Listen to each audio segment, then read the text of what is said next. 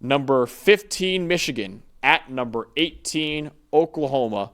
7:30 p.m. Eastern Time on ABC. Dalton, these are two programs that are remarkably similar because last year, both Michigan and Oklahoma had disappointing years in 2024. Michigan won the national title in 2023, only went 8-5 last year. They had 5 losses last year, more than the previous 3 years combined for Michigan. The Sooners had their second losing season in 3 years under Brent Venables. They did not have a losing season in the entire 21st century before Brent Venables was hired. And both programs, they can't blame the defenses for their letdowns last year. Michigan last year, 6th in the country in defensive grade. Oklahoma was 6th in the country in EPA per play on defense. The passing games for both programs were a disaster last year. The Wolverines, the Power Four's 4th worst team in EPA per pass. The Sooners had the worst passing grade in the Power Four last year, actually worst grade offensively on passing plays at 55.5. However, both programs also have really hope for improvement this year because Michigan brought in Bryce Underwood, the number 1 overall recruit in the country, one of the highest rated quarterbacks of all time coming out of high school, and Oklahoma brought in John Mateer from Washington State, who's one of the Heisman favorites right now, and he had an 83.3 PFF grade in 2024. So just two programs who, yes, are both in the top 20 and just so similar in the fact that they had disappointing years last year, have great defenses, but had a lot of concerns with their passing games last year, but also improved those passing games this year, it seems like. Yeah, I think that was the theme for both teams is defenses that kept them in games, even against big opponents, and then offensive dysfunction, and not just the quarterbacks, all the way around. Yep. You talk offensive line, receiver, the running backs. None of it was great other than, obviously, for Michigan, Colston Loveland, and there's only so much he could have done. So I think you have two teams in very similar position, and you know what? Two teams that, if they win this game, I think especially Michigan, you win this game and you prove you have the level of potential to go on the road and win a game like this with a true freshman quarterback, one as good as Underwood, maybe start talking about playoff a little bit. And I know neither one of us had them in the playoff because we were skeptical about this offense as an entirety, not so much Underwood. And I'll tell you what, Underwood looked good last week. He looked really good against New Mexico last week. But the stakes in this game are very high, both for this season and I think for these two programs as a whole. Donnie makes a great point in the chat, too. Both Michigan and Oklahoma pulled off colossal upsets over Alabama as well last year. But they did. They did in similar fashion. Be the more physical team, play great defense. Bama was at least 2 touchdown favorites in both of those games, and they both pulled out the upset. The Oklahoma game cost Bama a playoff spot, and the Michigan game and the bowl game with Michigan really not playing any of their prime time. Mason Graham and those guys didn't play. I mean, you're talking about two teams that know how to grind out ball games, but you do need the offensive pieces to complement that. So talk about the Oklahoma offense with John Mateer now, the new quarterback at Oklahoma. What should we know with Michigan trying to defend him? So I think there's a couple of things here. One, I'd be curious to see if Oklahoma can run the football a little bit better than they did last week, because even against an FCS opponent, I believe they only had 105 rushing yards. It just didn't look all the way there, and I expected the run game to look like it was going to be a little bit better so far early, and Jaden Ott only got, 1 or 2? Do we know what the deal is with Jaden Ott? Is he hurt? I don't know. Is he just not starting? Does he not know the playbook because he hasn't been there what is – I don't know what the deal is there. He's a top 15 running back in the country, in my opinion. But the backfield, to me, the backfield didn't look great last week. So, whether that's the case or not, if Michigan can stop the run, then it comes down to John Mateer versus Wink Martindale, right? Michigan's defensive coordinator, Don Wink Martindale. And I think for Martindale, it's a pick your poison type thing because he's a heavy pressure. Even when he was an NFL defensive coordinator, he's a heavy pressure play caller, right? Last year, blitzed on 43% of pass plays he faced. That's once you're getting up over 40, it's getting high. He was at 43. John Mateer, one of two things is going to happen. Either Martindale's going to sit back and wait in coverage, and Mateer is going to try to beat him with his arm because that's generally how that works.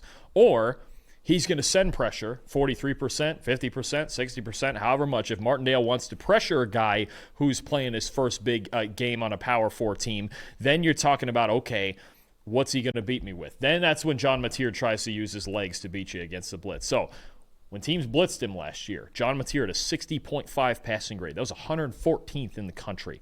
7 big-time throws, 6 turnover-worthy plays.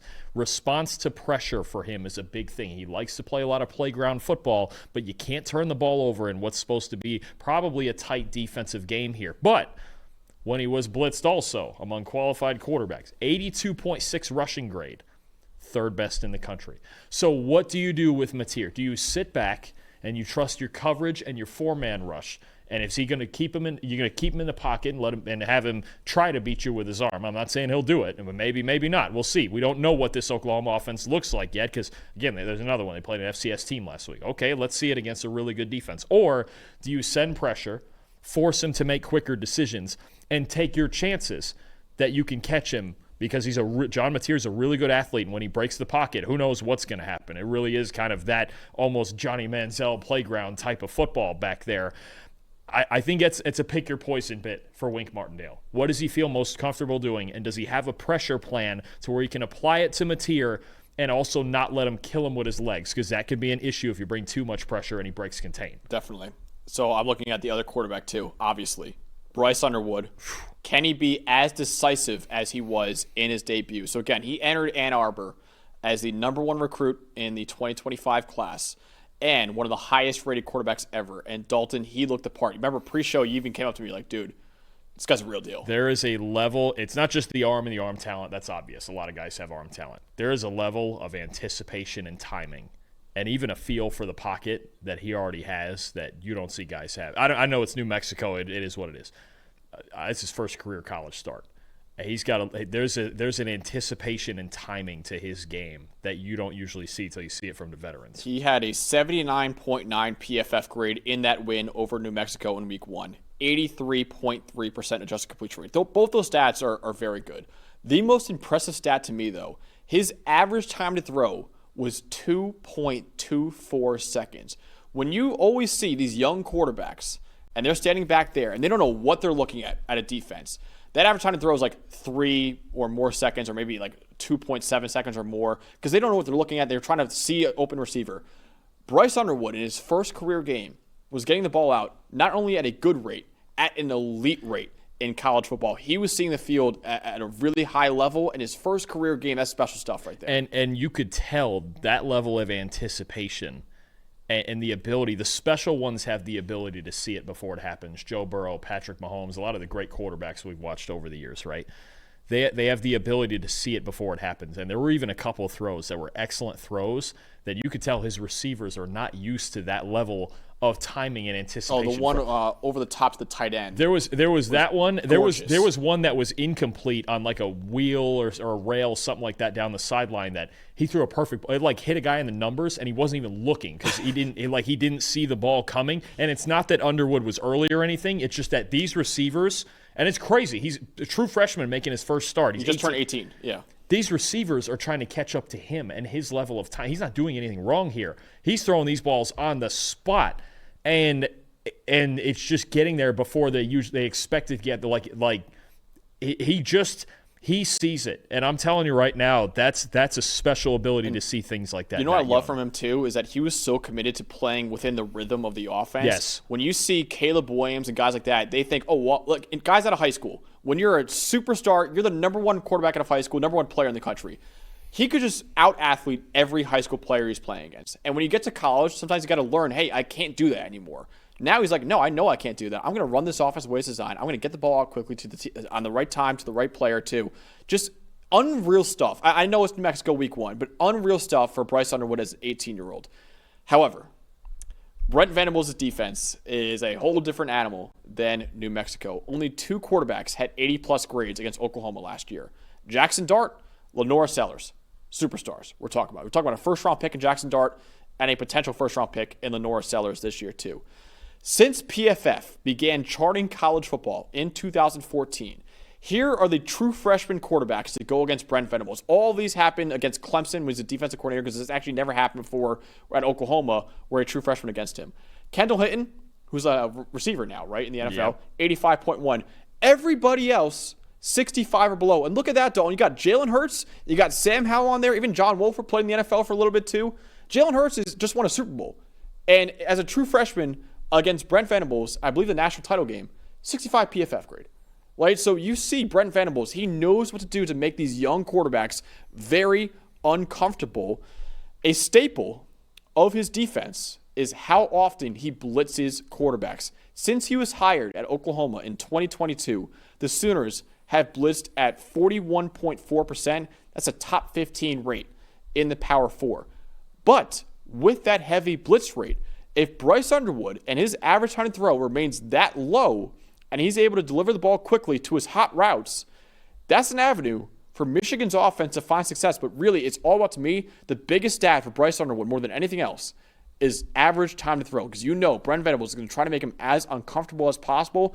But if he's sending a blitz at Bryce Underwood and he's getting the ball out within 2.2 seconds, it's not going to work for Oklahoma's defense. No, and they're going to have to pick up a lot of those, right? And the thing about Brent Venables, and he even makes veteran quarterbacks struggle because he gives you so many different looks. He attacks you from so many different angles. It could be a bunch of guys, 6 or 7 guys coming at you. It could be a lot of simulated pressures where you think it's coming one way and it's coming from the other side, and the protection is slid wrong. I think Underwood pre-snap is going to have to really command this offense a lot more than he's used to, right? That's what it takes against a defensive coordinator like this. He mixes up coverages, fronts, blitzes, which way they're coming from, all sorts of twists, everything. And this Oklahoma defense, let's not forget, it's not just Venables. They're really darn talented, too. Yeah. And we still have questions. Look, they were good last week against New Mexico, but it's a Michigan team that struggled in pass protection last year. You got guys like R. Mason Thomas and Grayson Halton up front who are really good pass rushers. That's going to be the key. I really think on both sides, it's schematically and even just talent-wise, which one of these quarterbacks under pressure maybe makes the big mistake, maybe makes the big game-changing play, right? Can Underwood see the field in time and know where to go with it? Is he going to turn the ball over under pressure in really his first real game here? And there's not many that are harder to play against earlier in your career than Brent Venables. So I think a fascinating matchup with two quarterbacks obviously stepping well up in competition against two great defenses, and not just great talented defenses, two spectacular defensive play callers. That's really the theme of this game. So both fan bases very excited about their quarterbacks right now. Which quarterback will lead their team to victory in the only ranked matchup of the week between number 15 Michigan and number 18 Oklahoma? I'll tell you, the more I watched Underwood last week, the less I would be surprised that if Michigan won this game. I will take Oklahoma 24-21, but this is another one we have. I think this is more of a coin flip than we think because I don't know what I'm getting out of Underwood.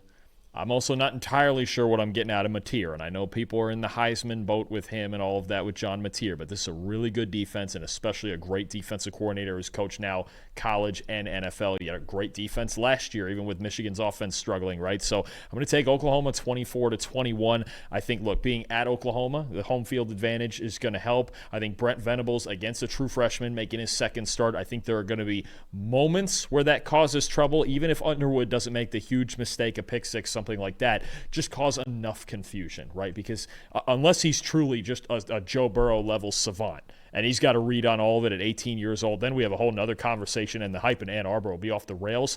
I'm going to make what I think is a little bit of a safer bet. Give me the home team by a field goal. I think it could even be lower scoring than that depending on the performance of the quarterbacks, but two really good defenses going at it. I think just the slimmest of margins goes to Oklahoma here. I got Oklahoma as well. I have it 21-20. Yeah. This is a coin flip. I genuinely had no idea who to pick in this game. I think it will be a defensive slugfest.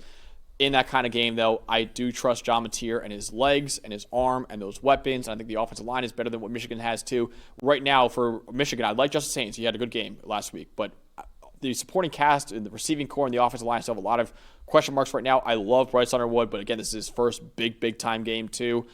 I just trust Oklahoma to make a few more plays than Bryce Underwood in this one. And we'll see how Bryce Underwood handles a Brent Venables defense. I've showed that stat right there. Only one quarterback ever who had above a 65 PFF grade, right? So against Brent Venables as a true freshman. So that's what I'm looking at right there. I think Bryce Underwood will be solid in this one. I just don't know if the surrounding cast at Michigan, will be enough to beat Oklahoma in this one. So I have Oklahoma, again, slimmest of margins. I really like Michigan +6. I'll say that now. I agree with that. I think it's going to be tight. I think you make a great point, and both sides have been brought up here. Is it Justice Haynes and the Michigan running game that can support their quarterback? Or, because like I said, Oklahoma last week against an FCS opponent, they didn't run the ball very well. Yeah. And we really both thought that was going to be the design of this team, is they would be run first and use Mateer's legs to their advantage. Maybe you don't want to show too much against with especially Martindale coming the next week, but Oklahoma's going to need to run the ball, but both teams need to run the ball, because all of a sudden I think against these two DCs, if you're forcing your quarterback to carry you,